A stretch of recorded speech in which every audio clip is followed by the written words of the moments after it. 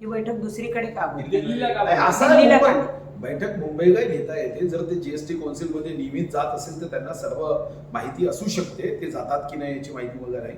पण मी साधारणतः 30 पेक्षा जास्त बैठकींना गेलो आहे.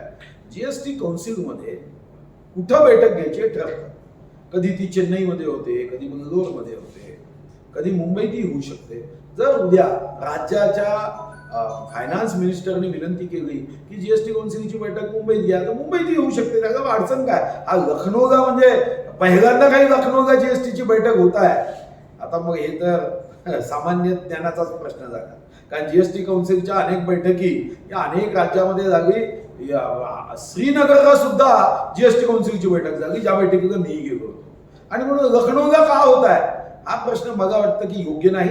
जीएसटी कौन्सिलने अनेकदा या अगोदर श्रीनगरला बैठक झाली, हैदराबादला झाली, बंगलोरला झाली, गोव्याला झाली, काही उपसमितीच्या बैठका या सह्याद्रीमध्ये झाल्या आहेत, महाराष्ट्राच्या सह्याद्रीमध्ये.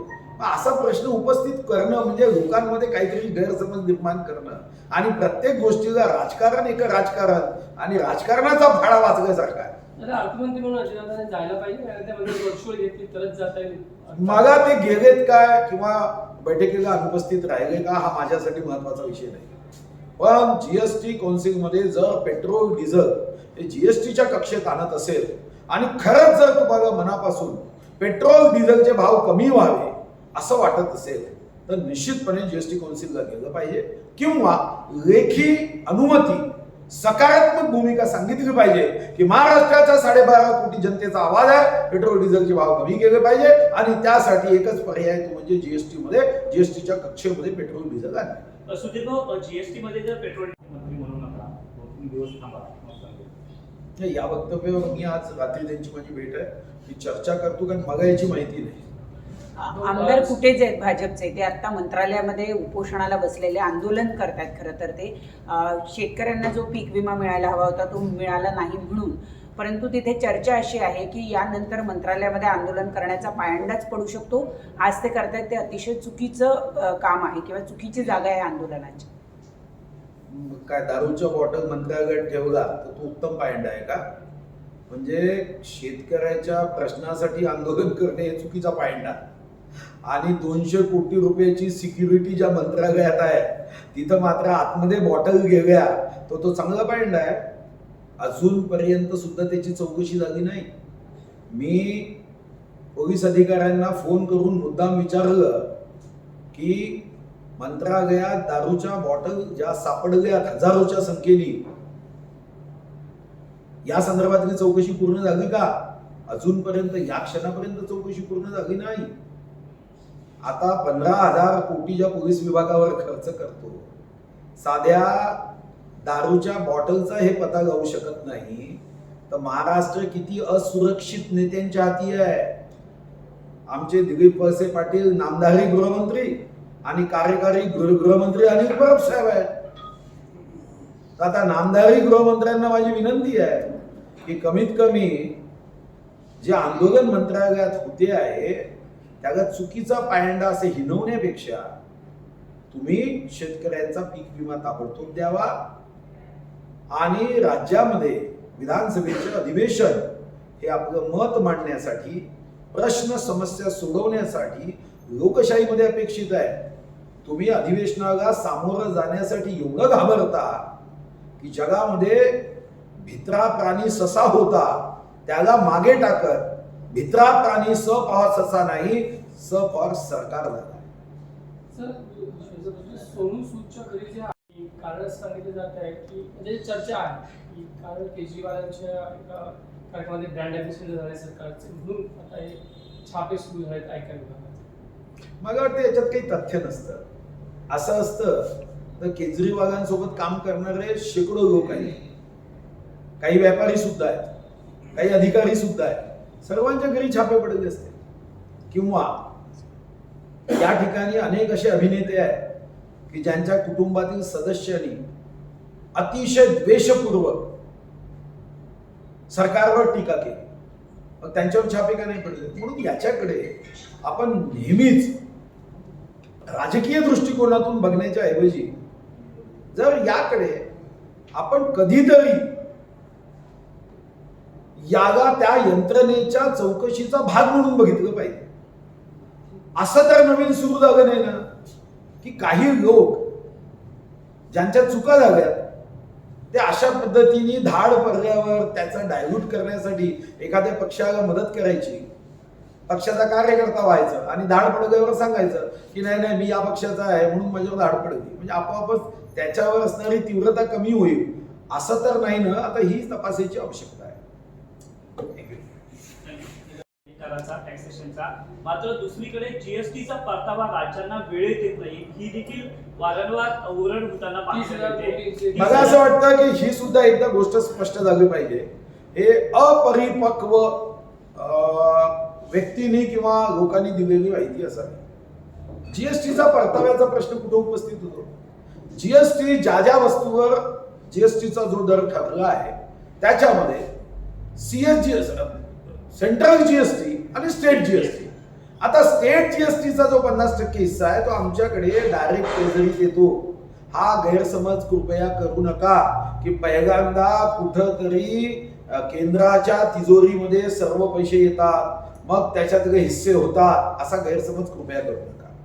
स्टेट जीएसटीचा हिस्सा आमच्या तिजोरीत येतो, सेंट्रल जीएसटीचा हिस्सा त्यांच्या तिजोरीत जातो. पण आमचे दोन मुद्दे राहतात की ज्याच्या संदर्भात आपण केंद्राकडून करतो. त्यामध्ये आयजीएसटीचा हिस्सा जे आमचा इंटरस्टेट जो आहे तो, आणि दुसरा महत्वाचा हिस्सा ज्याच्याबद्दल नेहमीच राज्य सरकार सांगतं आणि तो म्हणजे माननीय मोदीजी व स्वर्गीय अरुण जेटली यांना प्रत्येक राज्याने विशेष धन्यवाद दिले, कोणत्याही पक्षाचा असेल. कारण सन्माननीय चिदंबरमजी यांच्या जीएसटीच्या कायद्यात कुठेही राज्याचं जर त्यांच्या उत्पन्नाचं नुकसान झालं तर त्याची भरपाई नव्हती. पण मी स्वर्गीय अरुण जेटलींना हजारदा धन्यवाद देईन की या देशाचा सर्वंकष सर्वव्यापी विचार केला आणि माननीय मोदीजींनी प्रत्येक राज्याच्या उत्पन्नात 14% वाढ जी कधीच नव्हती, पण हा देश जगाचा कप्तान व्हावा ही भावना माननीय मोदीजींची आहे आणि त्यांनी 14% वाढ दिली की दरवर्षी 14% वाढ हे गृहीत धरल्या जाईल. उद्या जर महाराष्ट्राचं उत्पन्न हे 15-16 मध्ये 1 लक्ष कोटी असेल तर 17 मध्ये 1,14,000 कोटी. जर वास्तविक मध्ये तेवढं उत्पन्न झालं नाही तर त्याची गॅप जी आहे ती जीएसटीच्या सेस मधून भरण्याची अनुमती दिली. अडचण अशी झाली कोरोनामध्ये जे पैसे आम्ही यायचे म्हणत होतो, कोरोनामध्ये केंद्राचे उत्पन्न कमी झालं. पण केंद्राच्या एकाही नेत्यांनी, जसं राज्याचे नेते रडका मुडका चेहरा करून सांगतात काय झालं आमचं कसं होईल आमचं कसं होईल, केंद्राचे जीएसटीचं उत्पन्न कमी झालं होतं. पण त्यांनी राज्याला सांगितलं की तुमचा जो परतावा आहे तुमचा यामध्ये 14% वाढीत जे गृहीत धरले गेलं आहे त्यामधली जी त्रुटी उणीव आणि जो फरक आहे तो केंद्र देणार म्हणजे देणार, फक्त थोडा कालावधी द्या. त्यासाठी तुम्ही आवश्यकता असेल तर राज्यांनी तेवढं कर्ज काढावं, त्याचं व्याजही आम्ही म्हणू. पण काही राज्यांनी हट्ट केला नाही आम्ही कर्जही घेणार नाही, आम्ही फक्त पंतप्रधानाच्या विरोधात आणि केंद्र सरकारच्या विरुद्ध फक्त बोंबा ठोकू, कारण आम्हाला राज्य चालवायचंच नाही आहे. आम्ही बैमानी करून राज्यात सत्तेत आलो आहे, आता कामातही बैमानी करायची आहे आणि यासाठी हे केंद्राकडून पैसे यायचे सांगतात. अरे शेतकऱ्यांचे पैसे तुमच्याकडून यायचे आहे, कधी शेतकऱ्यांनी तुमच्या विरुद्ध बोंब मारली? निराधार विधवा परित्यक्त्या घटस्फोटिता यांचं अनुदान 3-3, 4-4 महिने येत नाही.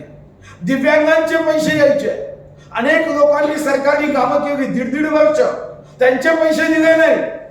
त्यांनी कधी सरकारच्या विरोधात येऊन बोंब नाही मारले. पण हे येता जाता पत्रकार दिसला की बोल केंद्र सरकारने आम्हाला पैसे दिले नाही. अरे जे पैसे तुमच्याकडे तेच खर्च करता येत नाही तुम्हाला कर्ज घ्यायला सांगितलं, व्याज केंद्र देणार होते, पण तुम्ही आपले रुसून बसले, नाही तुम्ही पैसे आम्हाला द्या, तेही तुम्ही केलं नाही. कर्जामध्ये त्यांनी 3%वरून जीएसडीपीच्या 5% केलं, पण तरी तुम्हाला काम करायचं नव्हतं. तुम्हाला जनतेचा राग आहे, जनतेने तुम्हाला निवडून दिलं नाही. राष्ट्रीय पक्षाला 44, पंतप्रधान बनण्याची इच्छा असणाऱ्यांना 54 आणि देशाच्या पंतप्रधानाचं नवीन स्वप्न पाहणाऱ्याला 56. आणि तेही 56 म्हणजे 56 इंचीच्या मोदीसोबत युती, मोदीजी सोबत युती केली म्हणून 56. आणि तुमचं स्वप्न पूर्ण आहे म्हणून तुम्ही आता जनतेचं सुरू व्हाल का? चुकीची माहिती देऊ. 14% वाढीचा परतावा जीएसटी मध्ये. जो जीएसटी एखाद्या वस्तूवर द्यावा लागतो त्याचे अर्धे आमच्याकडे आपोआप येतात, केंद्र देत नाही. मग दुसरा एक वेगळा प्रश्न आहे. शिवार योजना होती, त्या योजनेवर आता लाचलुचपत विभागानं चौकशी नेमली आणि त्यांच्या अंतर्गत आता सगळी चौकशी केली जाते. ते त्याला काय अडचण आहे? एखादा अधिकारी चुकला असेल तर त्या अधिकाऱ्याची चूक लक्षात घेऊन त्यावर चौकशी झाली पाहिजे. कारण इतकं तर सामान्य ज्ञान आहे की जलयुक्त शिवारामध्ये हे तालुका स्तरावर किंवा जिल्हा स्तरावर याचे निर्णय व्हायचे आणि चुकीचे अधिकारी असतील तर त्या अधिकाऱ्यांना फटके मारले पाहिजे. त्या संदर्भामध्ये विशेष विधानसभेचं अधिवेशन घेऊन कायदा केला पाहिजे की जो म्हणून कोणताही व्यक्ती अधिकारी भ्रष्टाचार करत असेल तर त्यासाठी स्पेशल आपण कोर्ट केले पाहिजे. यामध्ये अडचण काय? पण तुमचा असा गैरसमज असेल की आपण जलयुक्त शिवाराची किंवा वृक्ष लागवडीची चौकशी करून कुठंतरी असा आभास निर्माण करतोय. हे वाघ मारण्याचा आव आणून हे उंदराच्या पिल्लाचा फोटो फाडण्या इतकीच कृती यांच्या हातून होईल. बाकी यांच्या हातून काही होणार नाही आहे. वीज थकबाकी जी आहे 79 कोटीची वीज थकबाकी झाली आहे, हजार कोटींची. त्याच्यासाठी भाजपच्या सरकारला जबाबदार धरताय. नाही मग त्याची श्वेतपत्रिका काढा ना. 25-26 हजार कोटी हे तर व्याज लावलं आहे सरकारने. यामध्ये राज्य सरकारच्या विभागाची थकबाकी अनेक आहे. पाणी पुरवठा विभागाची थकबाकी आहे, नगर विकास विभागाची दिवाबत्तीची थकबाकी आहे, ग्राम विकास विभागाची थकबाकी आहे. आणि म्हणून काही झालं की नाचता येईना अंगण वाकडे, तसं काम करता येईना मागचं सरकार वाकडं. ही जी काही नवीन म्हण यांनी तयार केली आहे, जनतेने यांचा नकली चेहरा समजून घेतला पाहिजे. थकबाकीमध्ये काय हो? शास्ती आहे, व्याज आहे. तुम्ही आता कृषी थकबाकी तुम्हीच विधानसभेतली मी भाषणे यांना वाचून दाखवली होती. यांनीच 15 मध्ये, 16 मध्ये, 17 मध्ये शेतकऱ्यांच्या हितासाठी त्यांचे कनेक्शन कापू नये अशी भाषणं दिली ना. आमचं सरकार सकारात्मक होतं, पॉझिटिव्ह होतं आणि सरकारने जनतेचा आक्रोश विधानसभेत जेव्हा विरोधी पक्षाच्या नेत्यांनी मांडला तेव्हा तो ऐकून शेतकऱ्यांना सूट दिली. आता हे शेतकरी विरोधी सरकार आहे. ताटात अन्न शेतकऱ्यांचं खायचं आणि सांगायचं की भाजपने शेतकऱ्यांना का सूट दिली? शेतकऱ्यांना भाजपने सूट दिली, यांचं पोट दुखत आहे. मग मागणी का केली? मागणी जेव्हा केली तेव्हा शेतकऱ्यांचं अन्न गोड होतं. आणि आता उद्योगपतीकडे थकबाकी आहे, जमा करा ना. ती 7-8 हजार कोटीची थकबाकी असेल, ती करा जमा. फक्त शेतकऱ्यांचं पोट आणि शेतकऱ्यांचं ताट दिसतंय यांना. मला वाटतं की हे चूक आहे. सुधीर भाऊ, आज कार्यक्रम आहे की हे जर कर कमी केले तर राज्याच्या तिजोरीवर त्याचा फटका बसू शकतो, याचा विचार तुम्हीही केला असेल. असं असताना तुम्ही काय गणित डोक्यात 5 रुपये कमी केला मी 2दा कमी केला. शेवटी आपण फक्त राज्याची तिजोरी भरणे एवढं लक्ष नसतं. आपलं लक्ष सर्वसामान्य जनतेचं जीवन सुसह्य करणं. आणि म्हणूनच तुम्ही मुंबईमध्ये बघता ना, 500 फुटाचा फ्लॅटला आपण प्रॉपर्टी टॅक्स घेत नाही. का घेत नाही? का सूट देतो? जेवढे मुंबईचे महाराष्ट्राचे बिल्डर होते, कोरोनाचं काम सांगून तुम्ही स्टॅम्प ड्युटी मध्ये सूट दिली. 8,000 कोटीची सूट. मागच्या वर्षीचा अर्थसंकल्प पिंक बुक काढा, 30,000 कोटी आम्ही गृहीत धरलं, 22,000 कोटी आले. काय सांगितलं तुम्ही? कारण की आता तणावाची परिस्थिती आहे. या कोरोनाच्या परिस्थितीमध्ये स्टॅम्प ड्युटी कमी केली पाहिजे. अशा अनेक प्रसंग आहे की ज्या प्रसंगामध्ये आपण जनतेला तो कर असह्य होऊ नये याची काळजी घेतो. मग आता पेट्रोल डिझेल मध्ये आपण एकीकडे जेव्हा सांगतो की लोकांना असह्य होतोय महागाई, आणि मग अशा प्रसंगात कर कमी नाही करणार का? आणि कर राज्याला नाही, एकूणच देशामध्ये जर जीएसटी मध्ये पेट्रोल डिझेल आणलं तर 25 रुपये लिटरने पेट्रोल कमी होणार आहे.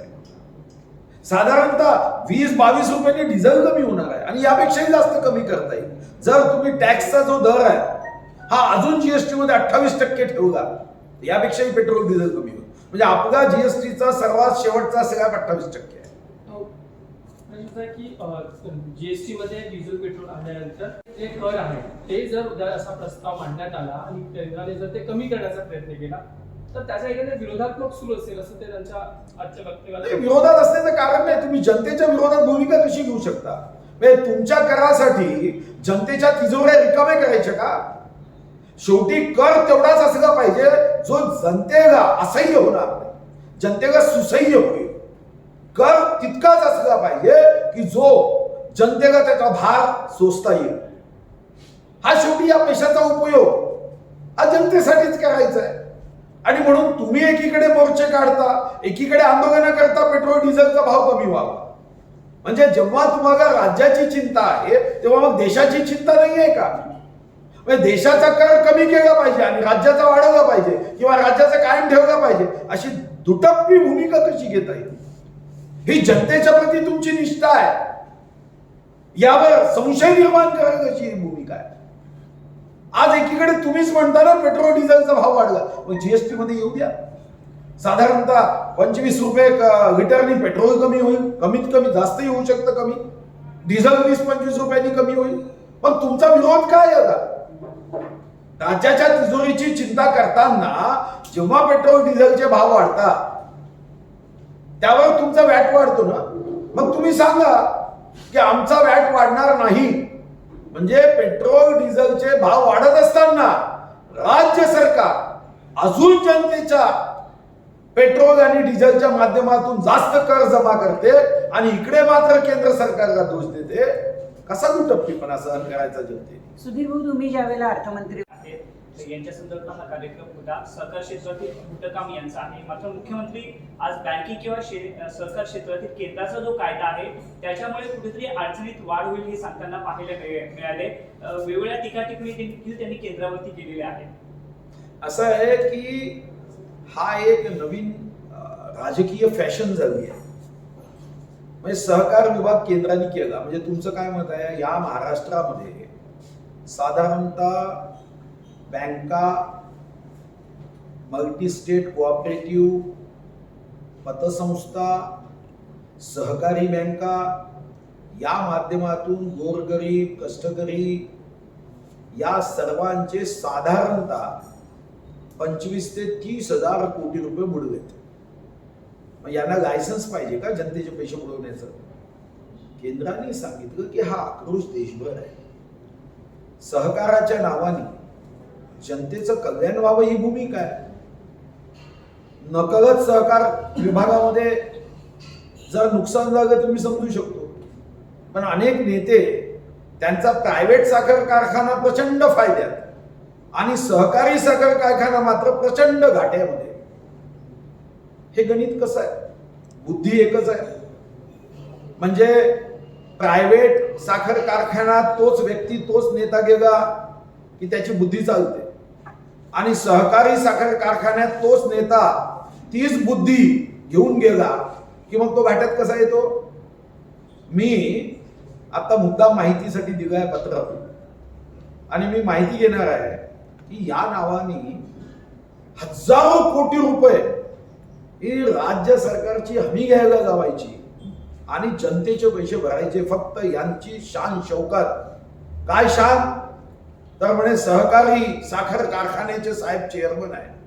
पैसा कोण भरतोय? करदाता. आणि आमच्या भाऊचं काय नुकसान? तर यांचं नुकसान काहीच नाही. कारण सहकारी कायद्यामध्ये काय, तुम्ही स्वाहाकार केला, सहकारी उद्योग बुडला तरी तुमच्यावर काहीच कारवाई नाही.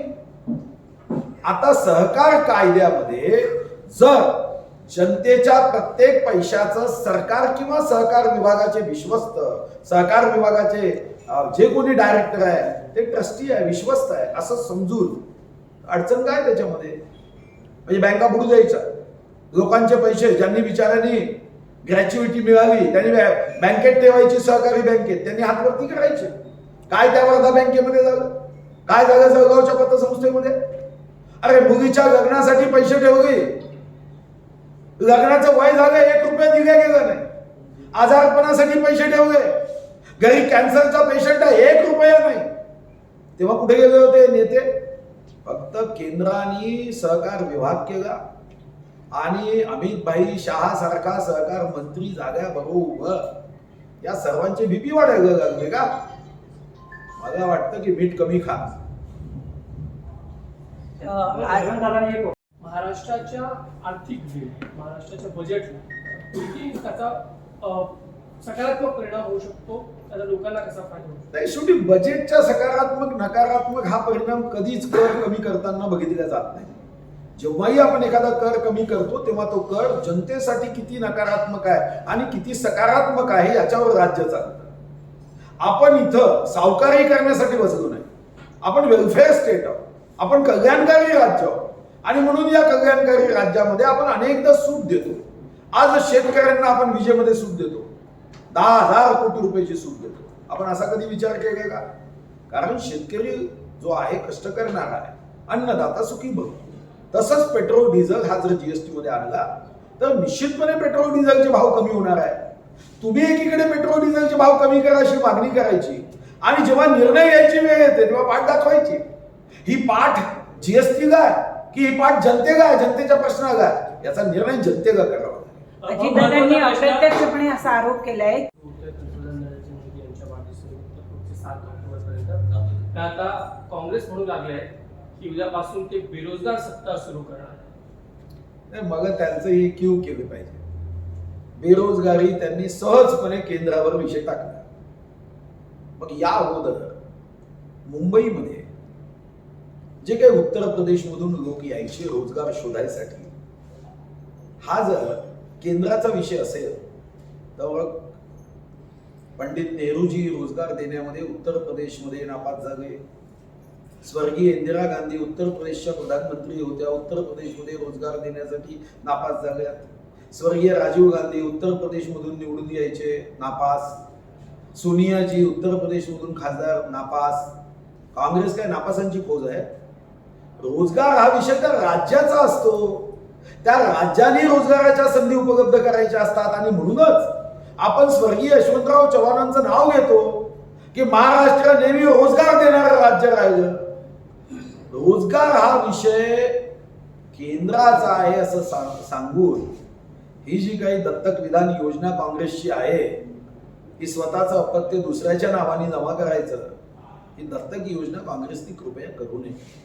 रोजगार हा विषय पूर्णपणे राज्याशी संबंधित आहे आणि म्हणून आपल्या राज्यामध्ये उत्तर प्रदेशमधले लोक या राज्यात रोजगार बघण्यासाठी यायचे, कारण या राज्याचे राज्यकर्ते स्वर्गीय यशवंतराव चव्हाणांसारखे यांनी तर रोजगाराच्या संधी उपलब्ध केल्या. आता ही राज्याची जबाबदारी आहे, उद्योग किती असावेत, उद्योगाची संख्या कशी वाढावी. अन्यथा रोजगार हा विषय जर केंद्राचा असेल तर उत्तर प्रदेशमध्ये कमी रोजगार आणि महाराष्ट्रात जास्त रोजगार असा होऊ शकतो का? पण यांना जनतेच्या रोजगाराशी काही देणं घेणं. यांचा रोजगार म्हणजे आपला नेता प्रधानमंत्री कधी होईल, आपली मुलगी खासदार कधी होईल, आपला पुतण्या उपमुख्यमंत्री कधी होईल, आपला मुलगा पर्यटन मंत्री कधी होईल, उपमुख्यमंत्री कधी होईल. यांना जनतेच्या रोजगाराशी काही देणं घेणं नाही. गेल्या 1.5 वर्षात रोजगार या विषयावर यांनी एकही बैठक घेतली नाही, जिल्हा स्तरावरच्या समित्या केल्या नाही आणि आता केंद्रावर सांगते रोजगार सप्ताह आम्ही करणार. यांचा रोजगार सप्ताह एकच आहे. माननीय प्रधानमंत्री नरेंद्र मोदी 26 मे 2014 प्रधानमंत्री पदाची शपथ घेतल्यानंतर हे 100% बेरोजगार झाले आणि एवढ्या वेगाने यांची बेरोजगारी वाढते आहे की महाराष्ट्रामध्ये पहिल्या सार्वत्रिक निवडणुकीत 213 पेक्षा जास्त विधानसभा जिंकल्या, ते आता 44 वर अटकले आहे. आणि अटकलेच नाही, रोज पाठिंबा यांनी दिलाय, रोज यांना मजुरीमध्ये शिव्या खाव्या लागतात आणि म्हणून यांना त्रास होतो. माजी मुख्यमंत्री